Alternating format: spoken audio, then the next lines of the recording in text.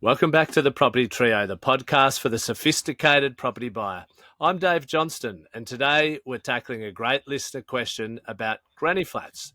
Jade, our listener, writes, "Hi guys, love the podcast. Such a great resource for property insights and knowledge sharing. My question is, what value, if any, would you place on building a granny flat on a property in Melbourne? Do you think they add value to a property in the same way additional bedrooms do? Or do you believe it limits the range of buyers looking at the property because not everyone wants a small second dwelling in their backyard? My mum is considering upsizing by selling her property and buying a larger property with additional money from her super that her and my brother and his young family can all live together." Sounds interesting. Quite cozy. The plan is to buy a larger area of land within 1 hour's drive from the CBD and build a granny flat in the back. My brother and his family would reside in the main residence with my mum living in the flat. The budget is around 1.6 million, so that's a good solid budget.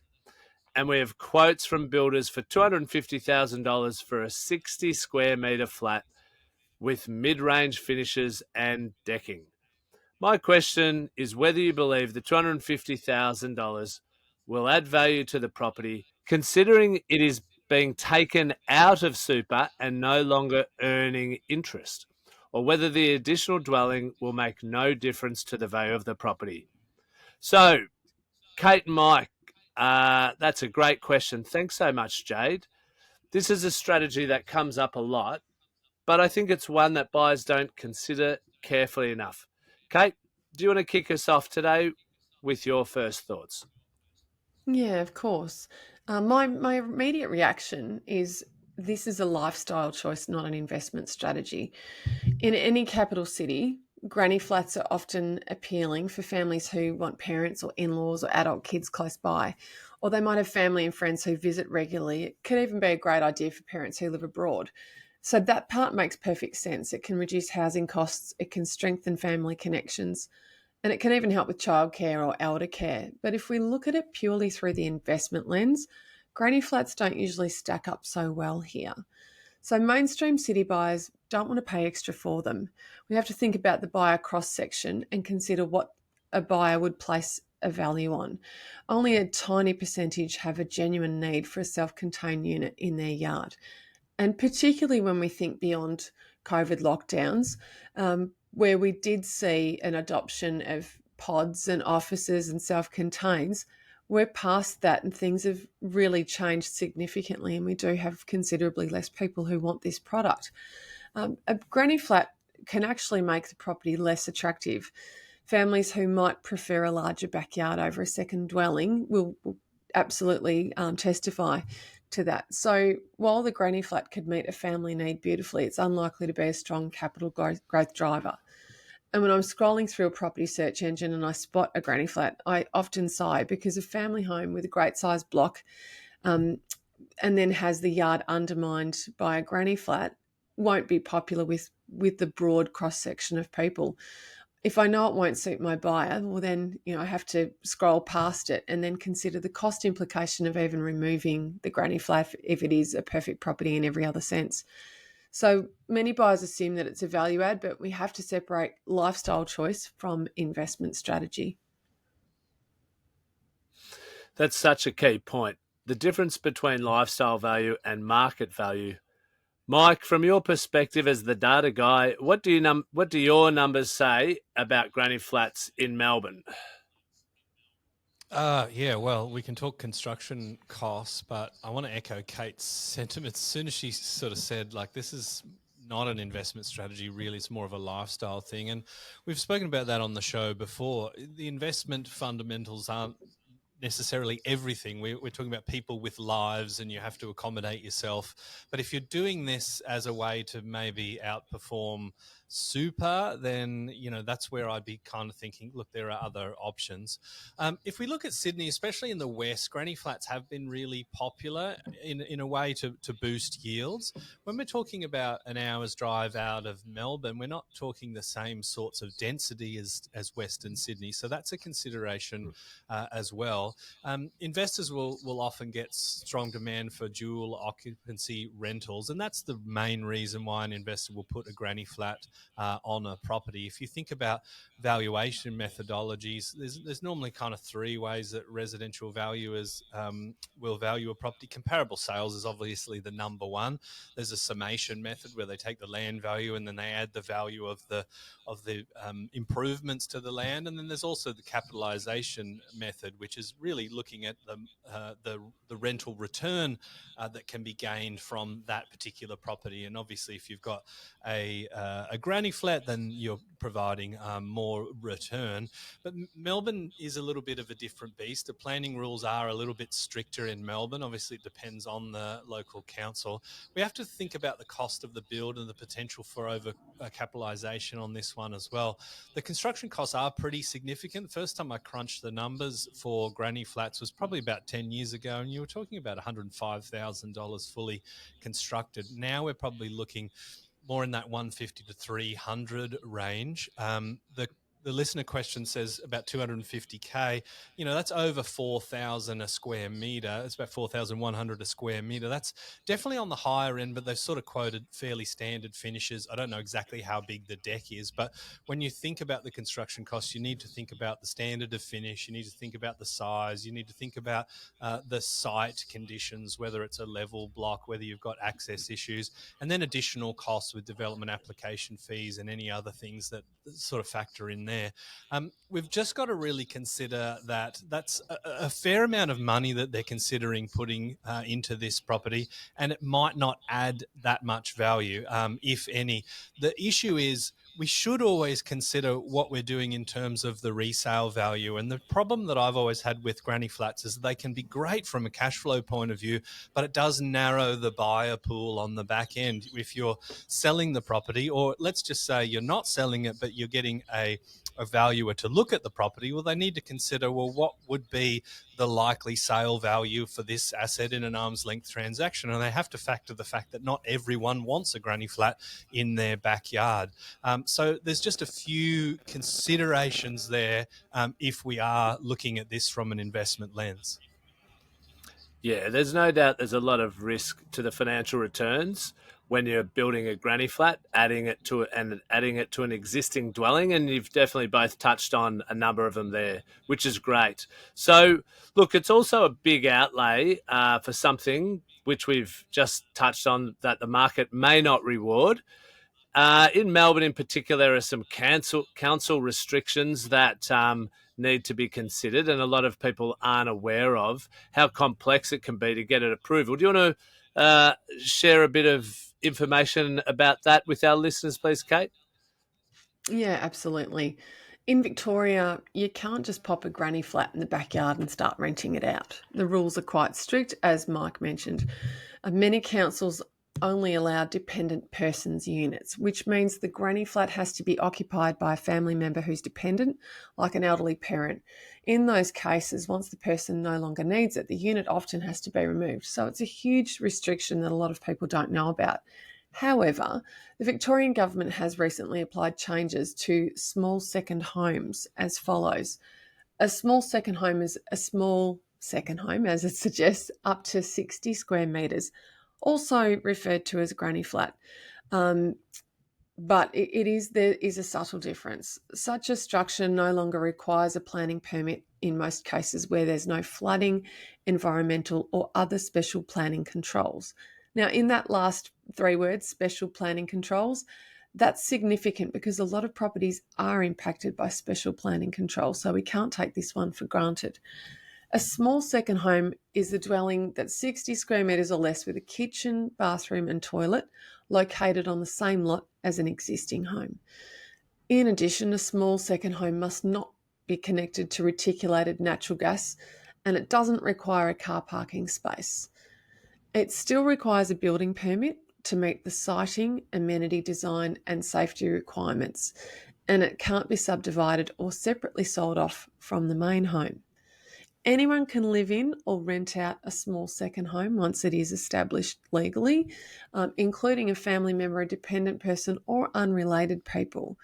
The residential tenancy requirements that apply to a home also apply to a small second home, including room sizes, facilities, and smoke alarms. Right. So this is starting to get a bit complex for our listeners here. We've got small second homes, we've got dependent persons units, we've got granny flats. Do you want to just provide a bit of an overview of the difference between them, Cate? Yeah.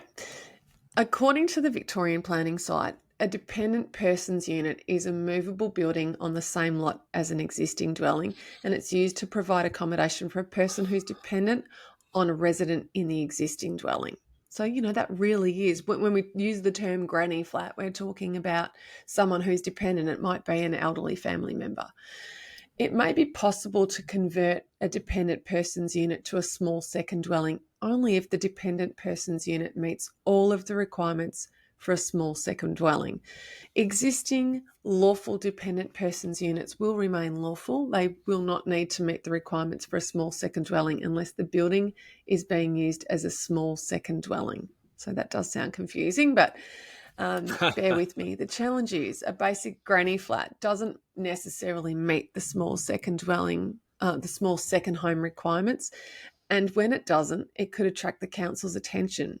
The worst case scenario is a fine and a show cause, which is a requirement for you to pull it down. And that's something that no investor wants. Yeah, so there's some really important points there for Jade to consider and anyone looking to invest in a granny flat, because that's a massive distinction. So for a traditional granny flat, and we can see, where the name, the colloquialism of granny flat came from, because it's often been connected to a dependent person, and often that's been an elderly family member, or a small second home often has been built for an elderly family member. So these granny flats, otherwise known as a dependent persons unit, it's usually family use only, which means the investment case is even weaker. So, Mike, what about financing a granny flat? Probably should be answering this one myself, but how do the banks treat them? And I've got a little bit to share as well.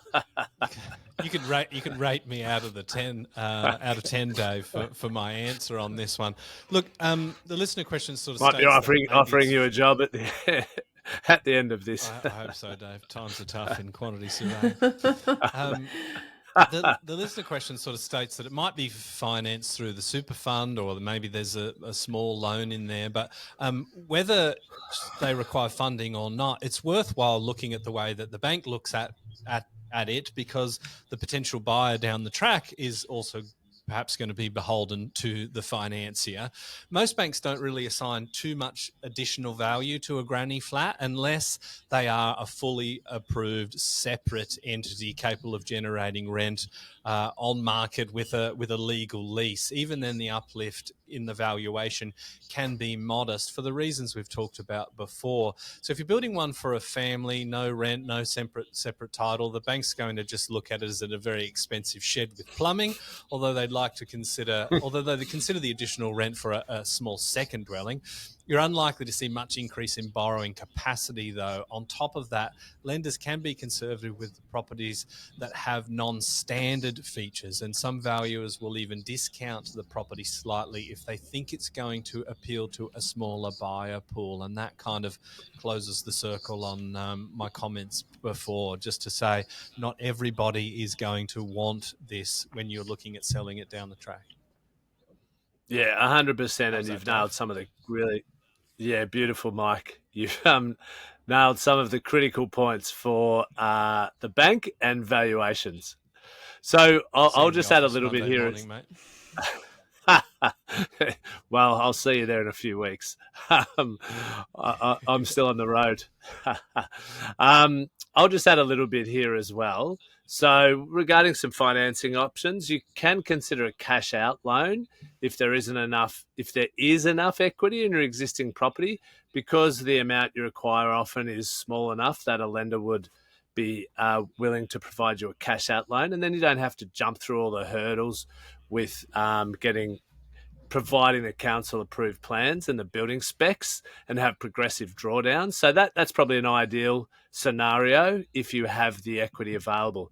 If you don't have the equity available, then you will need to complete an as-if complete valuation, including building contract, progress payment schedule, council approved plans, and all the red tape that goes with that.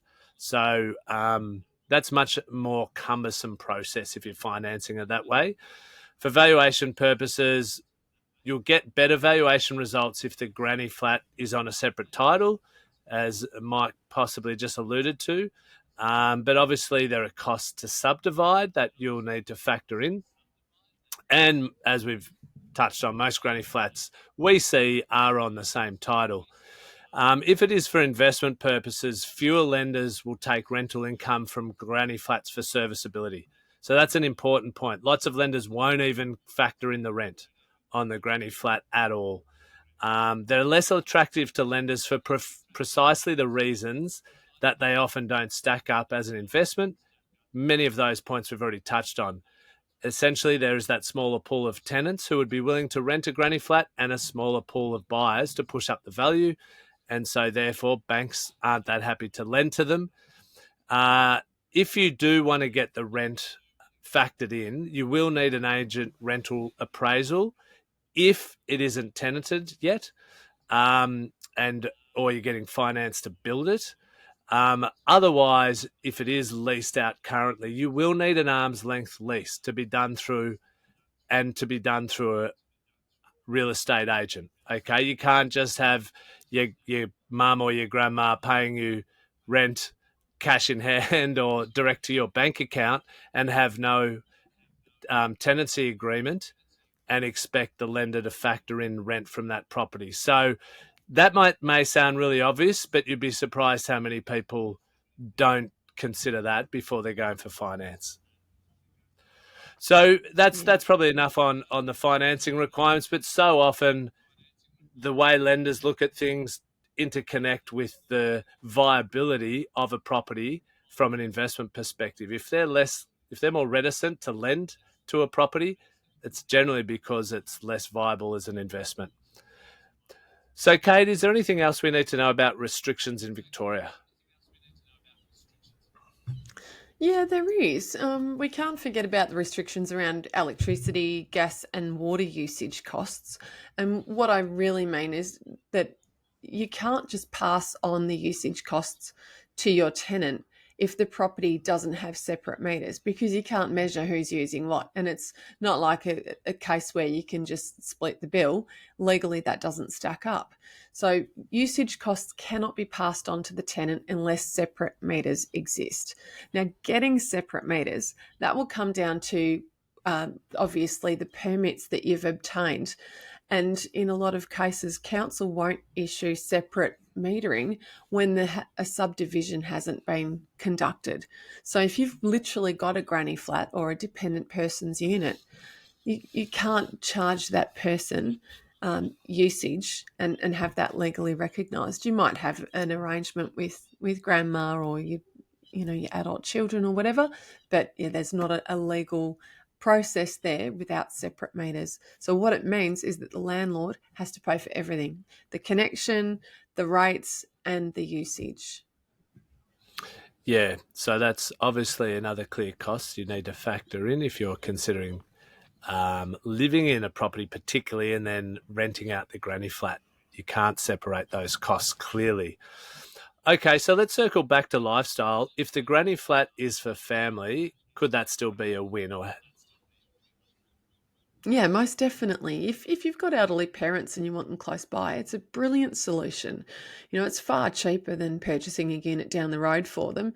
And it's the same scenario if you've got young adult kids or, special needs or whatever, and they need affordable accommodation and they're not quite ready to leave the nest or they're dependent on you, a granny flat is a perfect solution.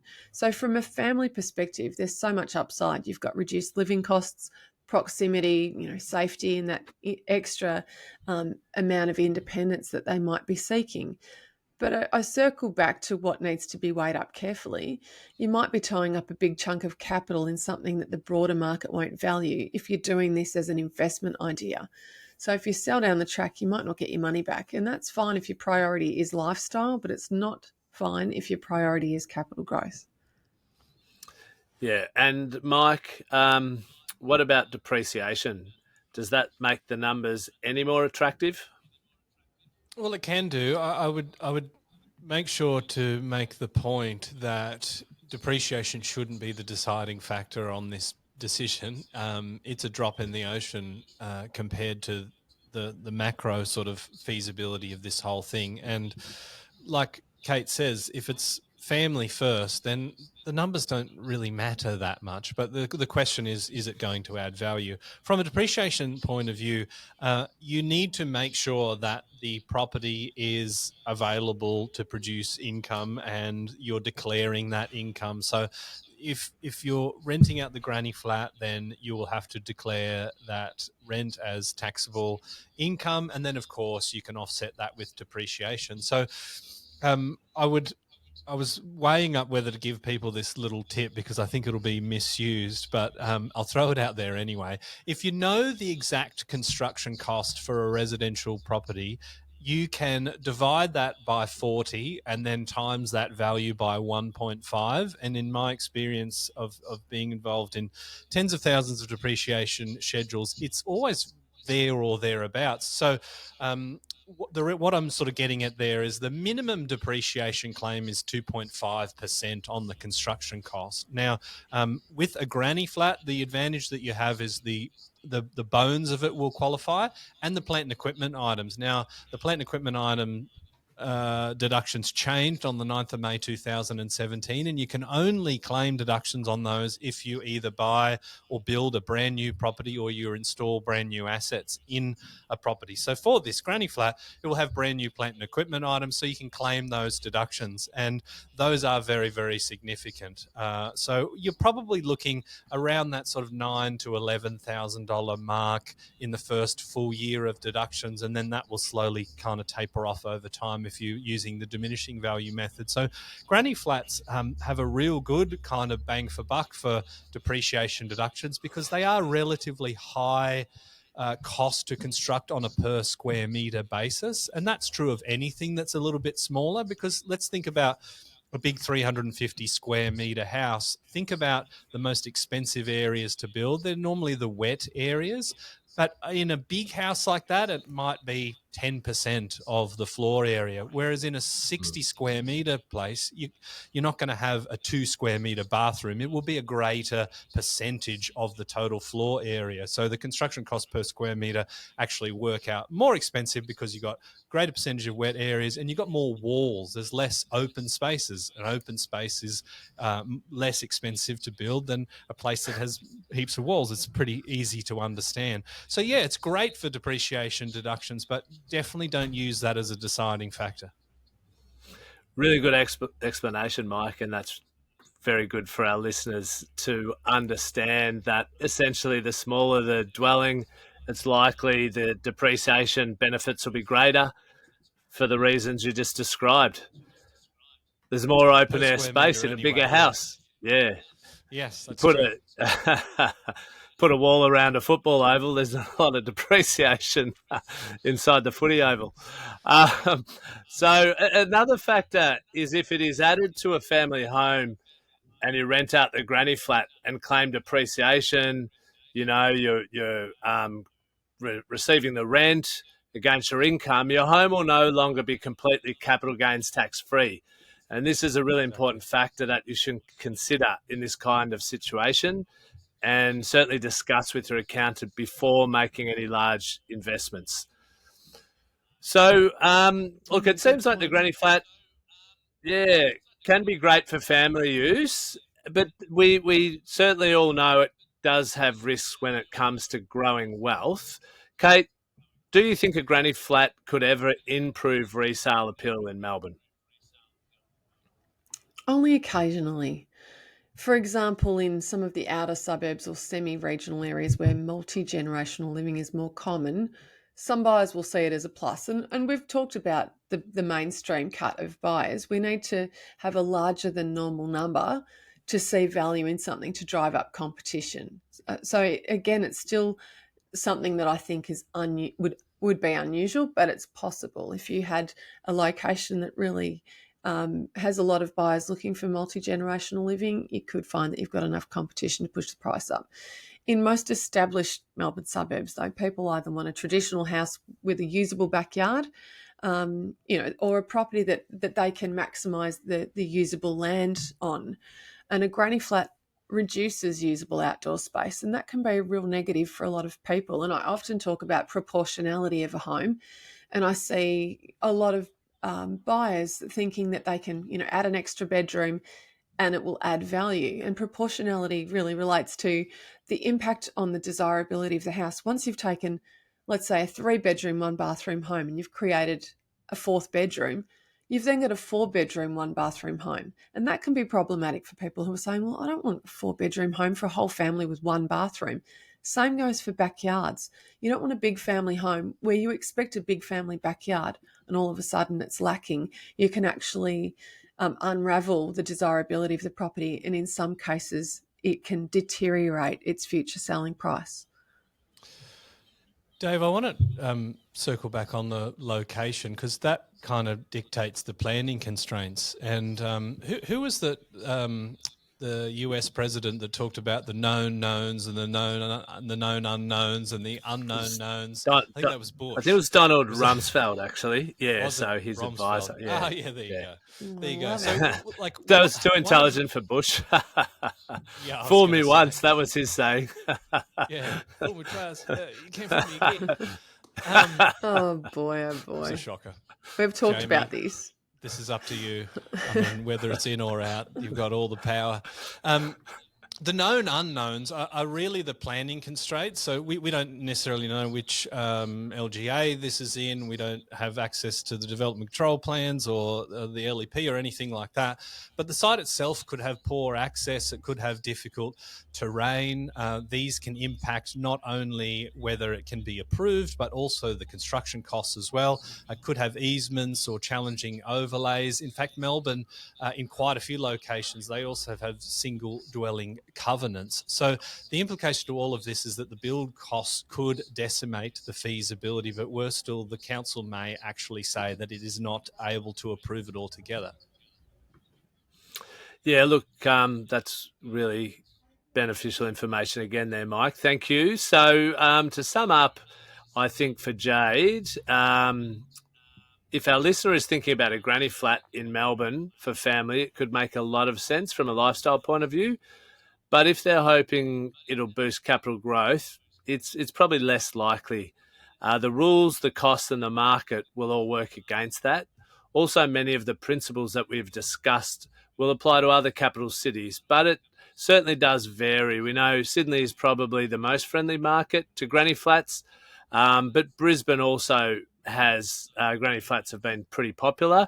This will all depend on the suburb and the part of the city.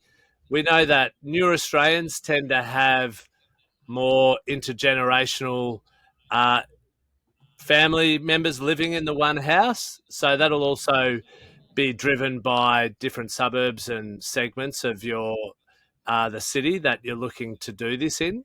But before we go to our gold nuggets, let's provide any final advice for our listeners. Kate, what's yours?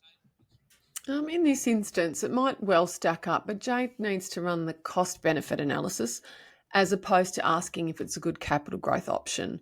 I think the family needs and the potential outcome may well be a great match, and if they're to pursue a separate acquisition to meet the brief, it would be far more expensive, as we've discussed.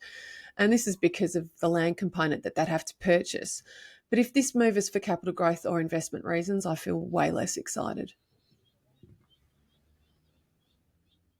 And Mike, what about you?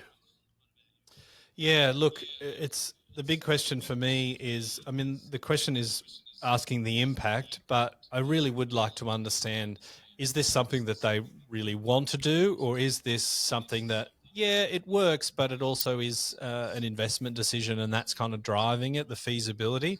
If that's the case, you really want to run those numbers carefully. You want to factor in the build costs and get, some confirmation that 250K is something that the builder's happy to sign a fixed price contract on. You need to consider what the resale is. So I don't know if there are other comparable properties that have granny flats that have transacted. You might be able to speak to some local real estate agents. You could definitely speak to a valuer to do some feasibility work, but obviously there's a cost involved there. And then the council rules is the big one as well. I mean, it might just be the case that it's not approved for that area and that shuts it down straight away. So that's probably the first one to do. I just think, don't assume that the market will give you a reward just because you've done the work of this, you've got it renting out, and from a macro point of view, it's worth X amount if the whole thing was rented out. Just because it looks good on paper doesn't mean that's necessarily how a valuer and a bank will consider it. Yeah, and I'll just provide a bit of a summary of considerations for those looking to build a granny flat, whether that is for a family member to rent it out, and whether you happen to be living in the main dwelling or if you don't. So, number one, you have a reduced rent on the primary property.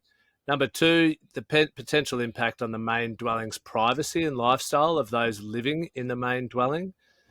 Number three, some homeowners find that sharing their property with tenants or even family members in a granny flat can lead to conflicts or reduce their enjoyment of their outdoor space. The impact on personal space and lifestyle of the main residence is something that many people underestimate when considering building a granny flat and they remain living in the main dwelling. The quality of tenant is something you've got to factor in as well, because it may be less than ideal given the lower value of the asset. If it isn't for a family member, and maybe even if it is, you'll have more tenants and dwellings to manage for a similar total asset value, so more work for a similar reward. Granny flats may not always appeal to the broader market, as we've all sort of mentioned throughout, which could make it harder to sell the property in the future. While granny flats can boost the overall value of a property, the increase depends on factors like the location, quality of the build, and demand in the local market. There is always the risk of overcapitalisation, particularly in markets where there is limited demand for such dwellings. Equally, market saturation can be a problem. So you want to find the right market. If too many homeowners in a particular area are building granny flats, which can happen, the supply might exceed demand, leading to lower rental yields and extended vacancy periods. This concern is particularly relevant in suburban areas where granny flats have become very popular. Maintenance and management costs will increase. Property managers often highlight the ongoing costs associated with maintaining a granny flat. These include repairs, maintenance, and potentially higher insurance premiums.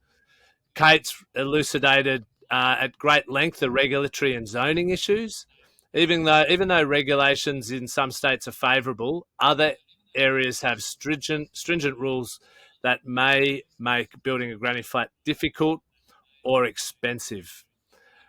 And finally, if you have a parent on the aged pension or expecting to be, you should ensure that they, and you ideally, understand any potential impacts on the means test for them as they enter retirement. Another point that's often overlooked by people.